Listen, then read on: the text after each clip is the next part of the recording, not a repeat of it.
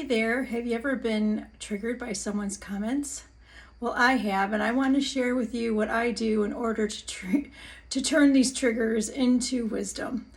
I feel like a lot of triggers are coming up in 2025 over and over again, and I wanted to share this experience with you. 2 weeks ago, I posted a video on my YouTube channel. It was for moms, and it was about how their first daughter's period is not going to be perfect.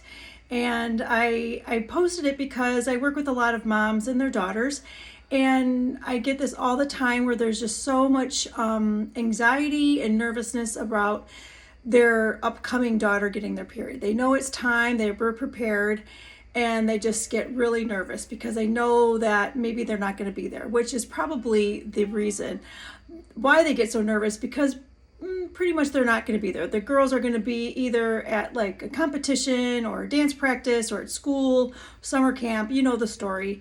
They prepare, and I just really wanted to make a video to really reassure moms that it's going to be perfect no matter what. Even if you're not there, there's still going to be plenty of time to celebrate her and honor her and really take the plans and do things wonderful for her. Because again, I wanted to ease it. I hear this, I've heard this story over and over again. Well, I posted it, and immediately a couple days later, someone commented on the post, and it was a very negative comment. And it hit me to my core. I've been trying to post more and to get myself out there, and it really triggered my main core, which is that I'm going to hurt someone and I'm going to get punished, I'm going to get judged. And it's terrifying. It's terrifying to get out here and to get these videos out. That is like one of my huge fear, is that I'm going to get punished. Especially when I'm making content to put on social media. And so immediately my inner child was just so wounded and scared. I lost my breath. I could not breathe, and I felt it in my gut. She commented on there that I shouldn't be talking about my daughter's first period, and that I wasn't giving her the privacy that she needs. And again, it's like, oh my God, I'm hurting someone, and now it's my daughter. So I immediately took the content out, and I immediately went inward. And I was like, okay, what is this? I know this is the same wound. It feels the same. It's my inner child. I'm getting triggered here. And again, it brought up all of the anxiety and the pain of, I'm going to get in trouble. I'm going to get punished. I'm going to fail. It's going to hurt me. It's going to hurt somebody. And so this came up, and I just really sat with it, and I sat with it, and I sat with it. And then I was validating, like I didn't do anything wrong. I didn't hurt my daughter. My daughter had, she gave me consent for the video. I would never do anything to hurt her. I didn't, intentionally want to hurt this commenter. That was not what I wanted to do.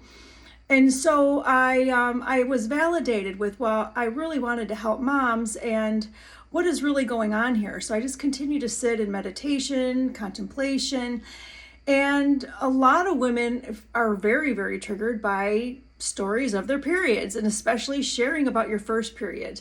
I have heard over 50 stories about women's first periods in circles. And it is very triggering for women. A lot of them, unfortunately, are not pleasant. There's a lot of pain.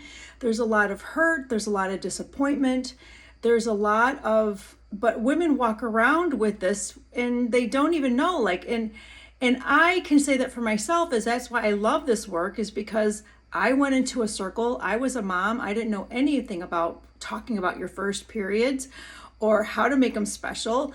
And I told my first period story, and I went blank. I just started going on and on and on. It was like having an out-of-body experience. I wake up, I'm full of snot, I'm full of tears.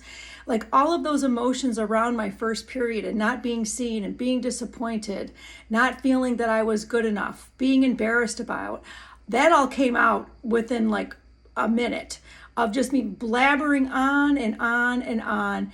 And that experience of being held by women and talking about my first period blew my mind. I had no idea how powerful that story was, and it changed the trajectory of my life.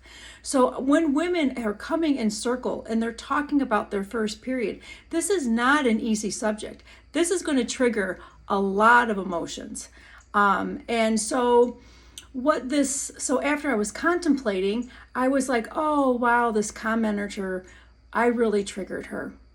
She is so uncomfortable with this practice, this having your first period. I don't know her personal story. I don't even know who she is.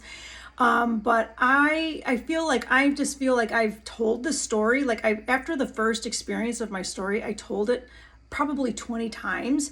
Probably half of those times I was in tears because the pain just kept coming up to be healed, coming up to be healed. Now it's part of my strength. It's part of who I am. And my daughter was brought up in the same tradition. So she's heard stories. She's told her story of her first period. So she really doesn't have, and I don't have any emotional attachment to that story anymore. Did I? 15 years ago, absolutely. I could not talk about it without hyperventilating and feeling all of those feelings. So to the commenter, thank you. Thank you for letting me go inward.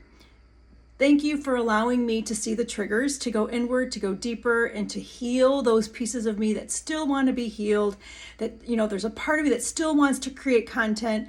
And now I hopefully can make it easier and stronger and more frequent. So thank you so much. And also the opportunity for you to heal. So that's what I'm grateful for.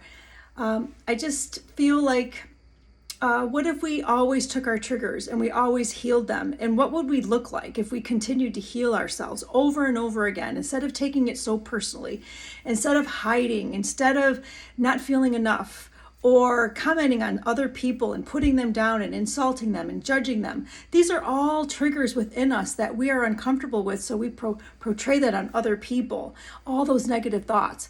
But what if we took them all inside, did the work, looked at those inner child wounds, started to heal it? What would we look like in 2 months? What would we look like in a year?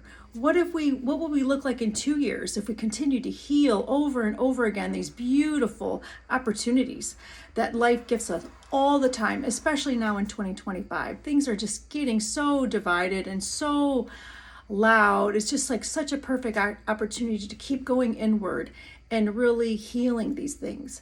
So the workshop that I talk about that I was involved in, that I'm now teaching, is a 4-week workshop for girls and their mothers and their fathers. I do meet with the mother separately, the daughter separately, the dads, and then we join the mothers and daughters and the dads and daughters. So it really gives them an opportunity to really be heard, be seen, on both sides, mom, daughter, dad, daughter. It's a beautiful program. It's 4 weeks long. It's a live program. It's going to be in Oakland County, Michigan, at the Red Lotus yoga studio. So if you want any more information, you want to pass this along to a friend or family that might be interested, just check out redlotus.com. All the information about the workshop is there. Thank you so much for sharing and enjoying this video, and I hope to see you again soon. Take care.